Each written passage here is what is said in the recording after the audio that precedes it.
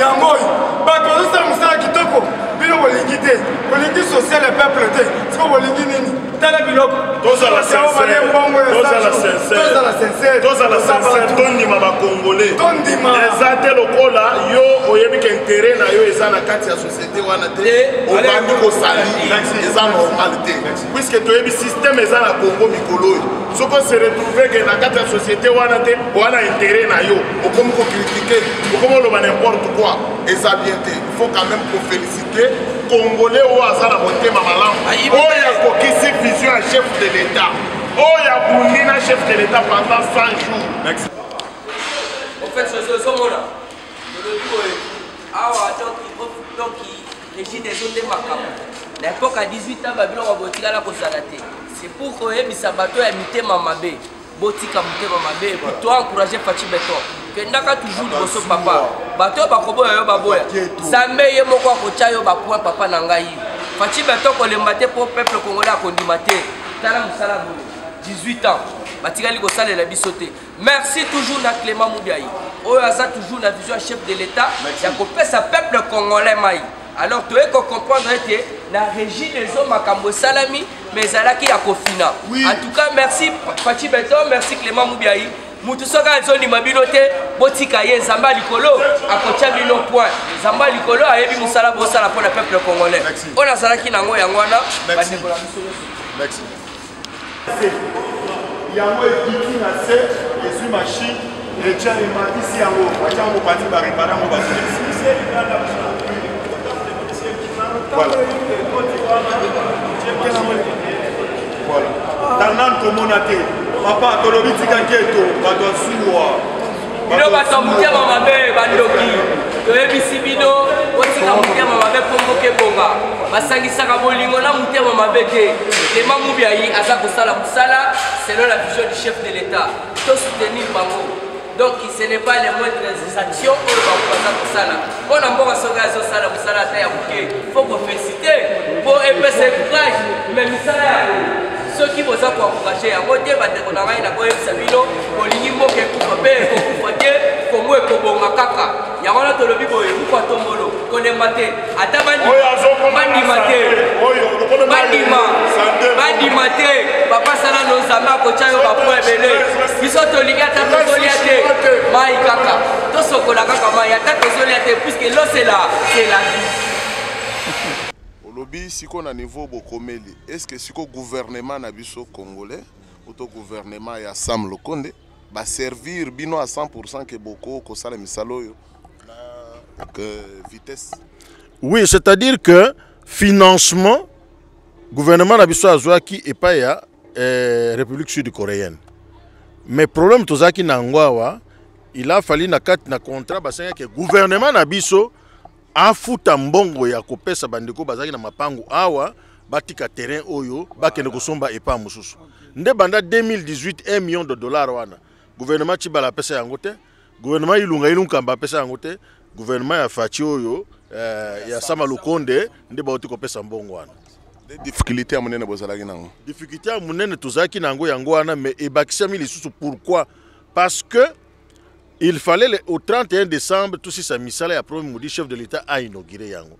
Mais le col décalage wana mbongo wana ye na retard et puis si décalage na niveau ya misala ba coréen il fallait ba que je crois na février tout na mars il fallait ba zongi pa na bango. Mais sikoyo décalage wana sali que il faut sikoyo ba pousser jusqu'à année prochaine. Alors yango wana ba pénalité. Il faut que le gouvernement pénaliser au moins $2 millions pour permettre Bango Bassa Malam jusqu'à l'année prochaine. Si vous misalo toko kozela dans combien de temps? Oyo population ko kozela ke misalo ici les causes dans combien de temps? Ndenge na lobiawa, ndenge directeur général Clément Moubiaï Nkashama lobaki réservoir il faut ça au moins 10 mois. Ça dit mbula mouvement toko kozela yangote. Bazo tonga réservoir mais le cola usine ici la population pour ça mai. Chef de l'État il faut inaugurer le premier module. Il y a un ingénieur, ingénieur Hyundai, qui travailler pour bypasser pression. Va connecter directement dans le réseau pour te bazwa mai. Ce qui m'a sur ma tamboli malamu au 30 juin, population à kozwa mai va inaugurer. Il y a 2022. Yo tout ça nangwa. Pour biso régime des eaux, naza koloba que 2022 Félix Antoine Tshisekedi Tshilombo à travers bras séculé na régie des eaux Clément Moumbia Nkashamana ba konzi à régie des eaux baza pour na kope sa solution awa na 30 juin ba ko inaugurer en septembre 2022 premier module à ozone 110 000 m3 et kokota en service. Vous allez visiter ça. Ndenge toko babu na Mbujima, il y a un vaste programme.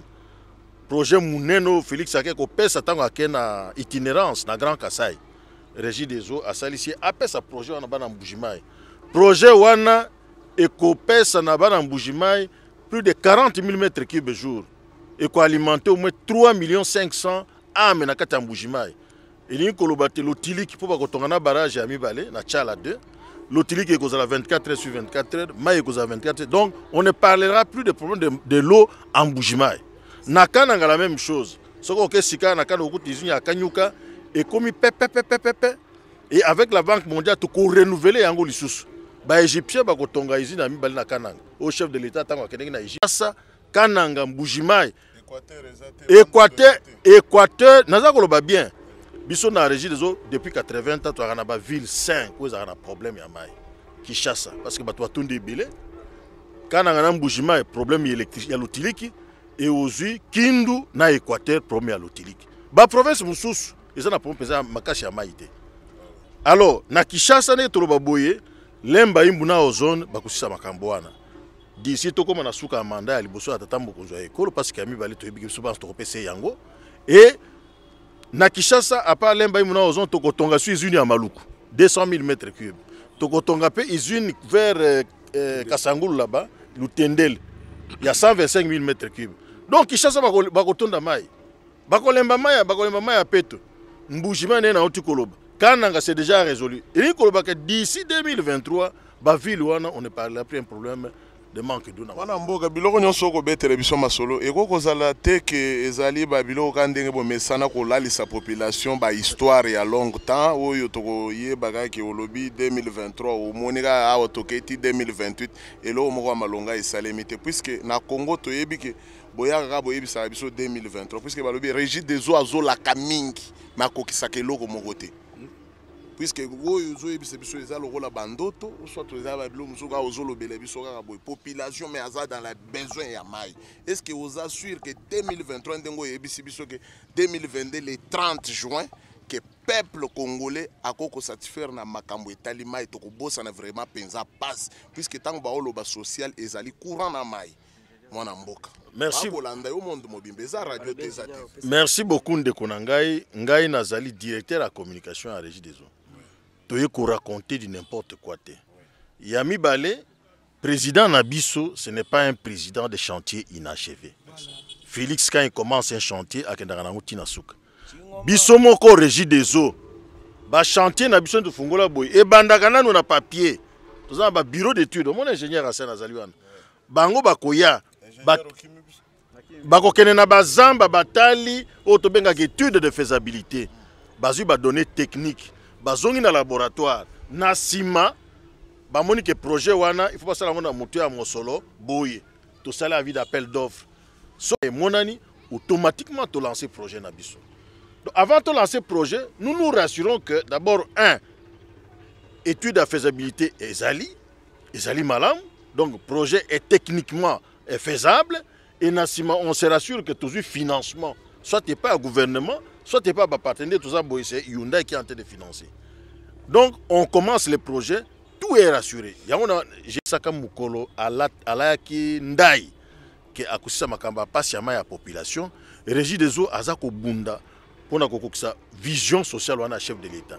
Usine Oya Lemba, on a un tukolo, Bakosa la bypass, et c'est Sili, au plus tard, le 30 juin, Yamboula Oyo, le premier goutte à module à Liboso et ma population a comme yango.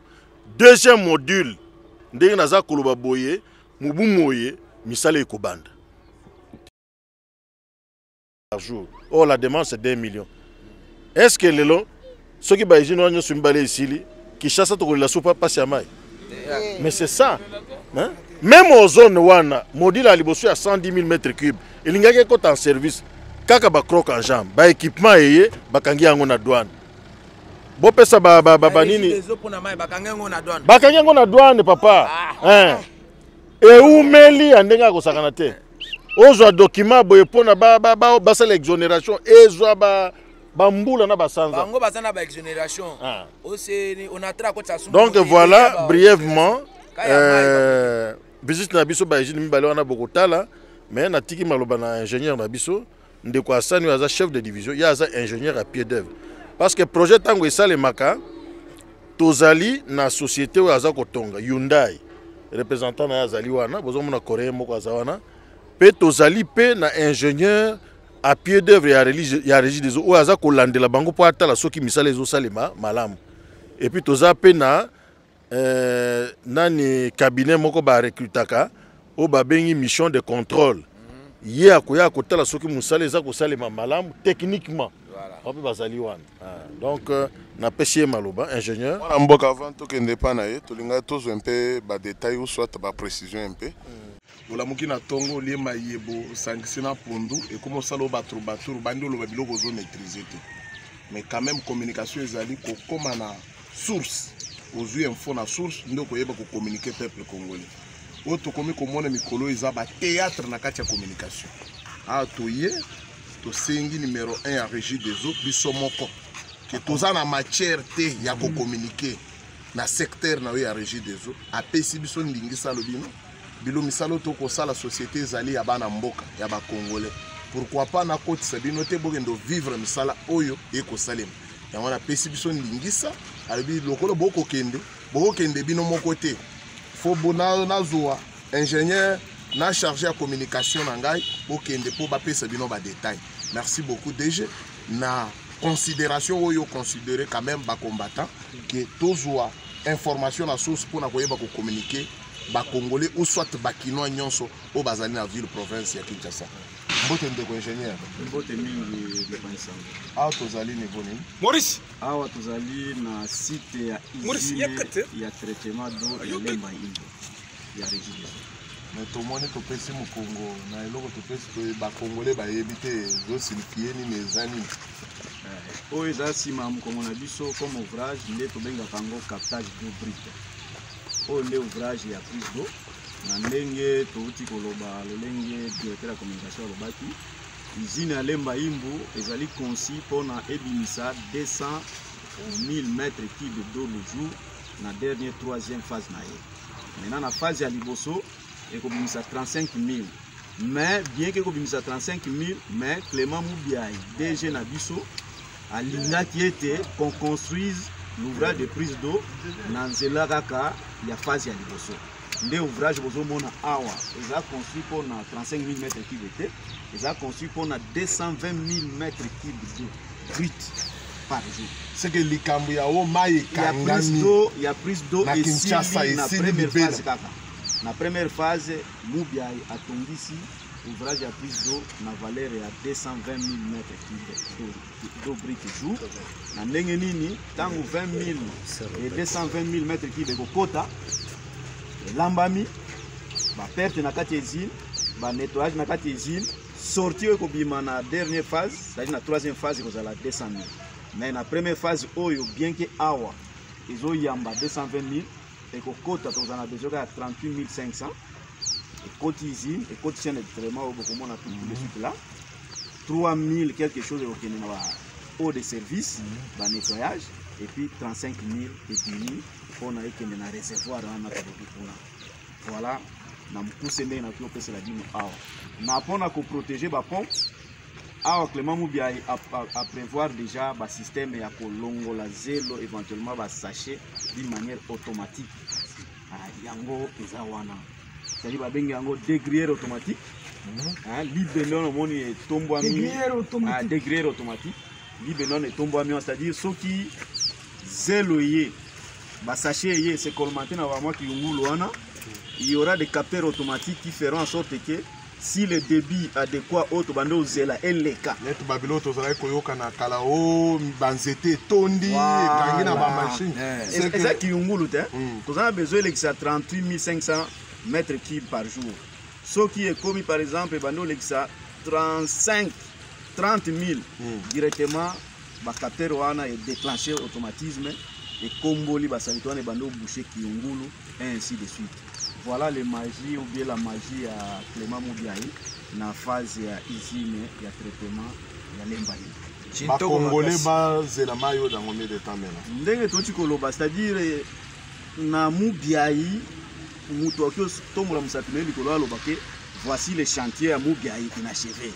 Bazela mai à partir au plus tard le 31 juillet après la certification, il y a usine à traitement. Donc ça veut dire que en juin, première goutte, après certification, juillet, maï, d'une manière pérenne maintenant. Voilà. Merci beaucoup mon ambo. Ndeko tozana ndeko Gilles Mouniere azali awa tokoko lekisa micro te sans kozoyer les grands communicateurs. Ok, monsieur le journaliste. Boni. Très bien. Oui, émission en famille. Hein. Bisous na bisous. De père et de mère. Kota la musala o Clément Moubiaï a kosalela ba Congolais ou soit ba Kinois et a kolobela yo. Merci beaucoup journaliste Mutuna Kitoko Makasi. Na ye naza ko sepela makasi. Pona mona yike eza ba aventure, mais eza ba aventure te zende réalité. Na ko pesa de félicitations na Clément Moubiaï.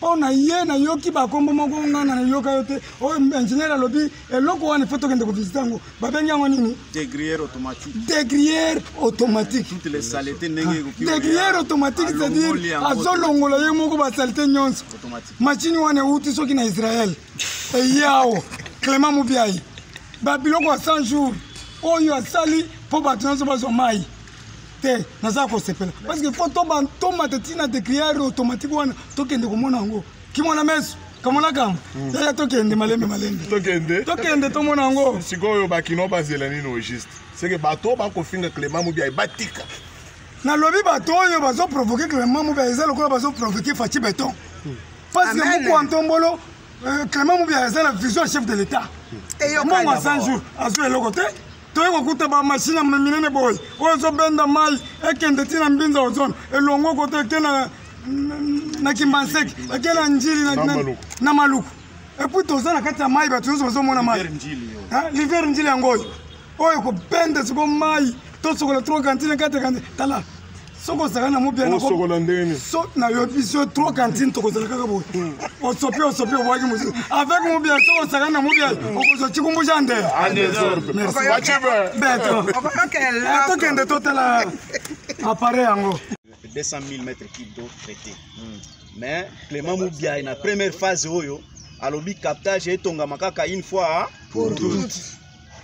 Des captages oyo est construit pour faire passer 220 000 mètres cubes ya mobeso saiko brique.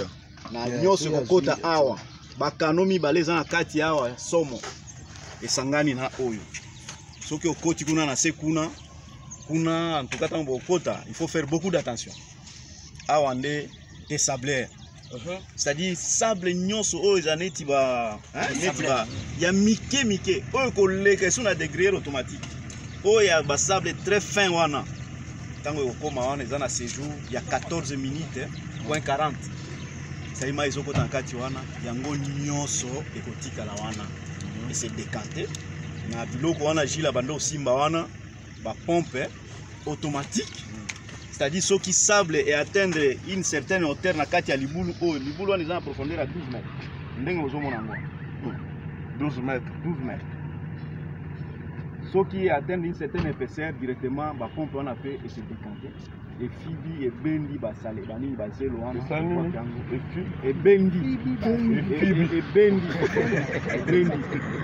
bendi bani wana ba sable wana et kwa kango. Merci beaucoup les ingénieurs na biso papa pesa biso mbote. Merci beaucoup les ingénieurs ya mayele bazala Congo. Baki ke père de mère tozana ba ingénieurs makasi na Congo. Bato tchaki tembe. Na nakata toko kutana na régie de zo ba ingénieurs solo. Merci. Nenda ko conduire ba Hyundai wana. Poza mayele makasi. Merci.